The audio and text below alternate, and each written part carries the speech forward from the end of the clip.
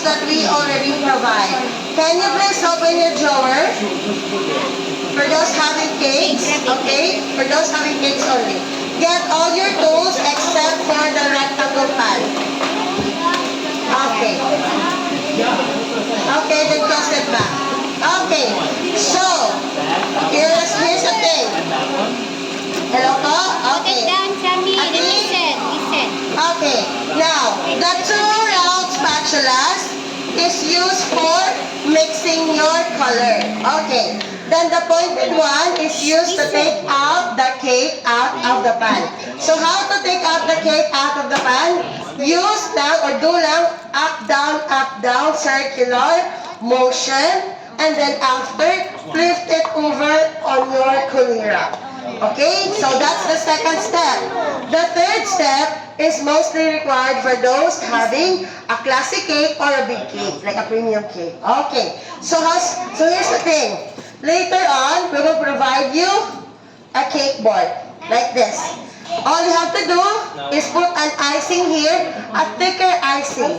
Okay, a thicker one that will hold the entire cake of your cakes. Okay, so only in the center, a thicker one, and then after that, if you already take out the cake out of the pan, we will cut the dome part of your cake using our knife. Okay.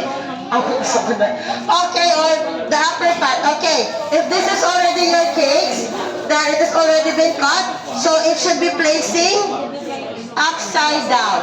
Okay, then another icing, another cake, then another icing.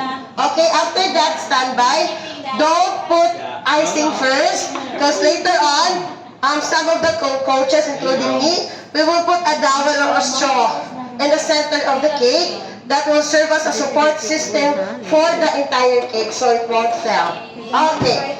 Then after that, for the step 4, you will have to cover your cake using a piping bag. Okay, so how to use the piping bag? Cut a small hole here so that the icing can come out. Okay. Then put the icing inside here. Okay. Then after that, close it back. Then just squeeze it from bottom all over to the top. Then to the top, do lang zigzag. For the 5th stage or step, you will use a scraper to smoothen out the entire side of the cake. Okay, so place the scraper closer to the icing or to the cake straightly, not diagonally. If you do it diagonally, you will have a volcano look-alike cake. Okay, so just do it straightly, and then slowly spin it, like that. But as you go on, you can go deeper, but not to the point that you have to scrape out everything. Okay? Then for the upper part, use this kind of spatula. Okay? To flatten the upper part of your cake. After that, you can start decorating. Congratulations! So these are your colors. For pastel color, starts with 3 drops. If you want a darker one, just add more and more drops.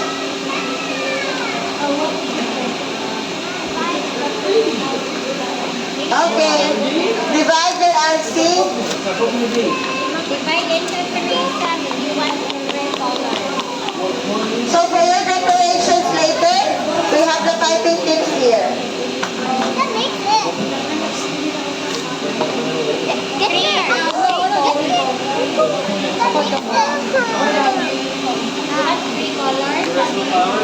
Dapat kanakuan hangit. Dili mas daghan mo ha. I'll do white and red. Dili na pod.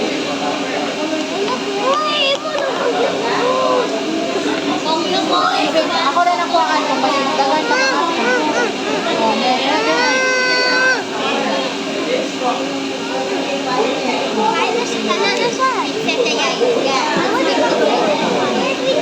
Last one. Last one na na. Last. Ate, gamay pa kay kang ate. Last.